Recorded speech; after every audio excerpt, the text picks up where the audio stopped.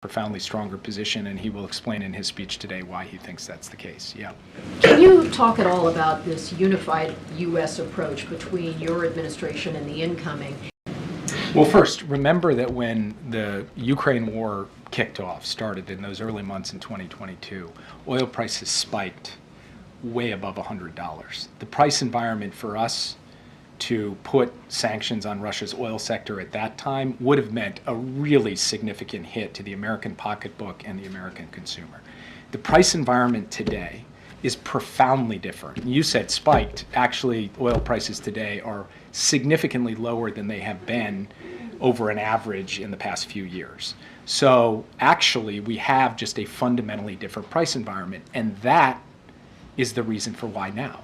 Because President Biden was not going to impose sanctions on Russia's oil sector if it meant an undue burden on American working families. He does not believe that the action he took places such an undue burden on them, and he believes, as you project out over the course of 2025 on supply and demand, that the oil market is very well supplied, that oil prices will stabilize in a place that does not impose undue burdens on American consumers, and that on the one hand, we can hit Putin's pocketbook without, on the other hand, taking too big a whack out of the American people's pocketbook.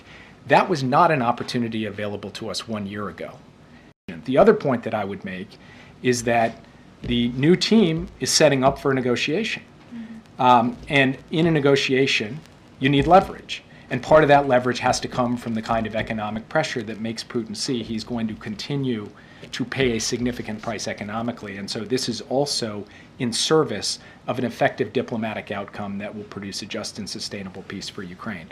With respect, did you coordinate that with the incoming team? I'm not going to say we coordinated it, but we informed them of what we intended to do, because we were trying to maintain transparency through the transition and share with them the actions that we are taking in advance so that they aren't surprised by any of them. That also goes for the AI diffusion rule. Two questions. First, can I go back to something Josh asked at the outset, which is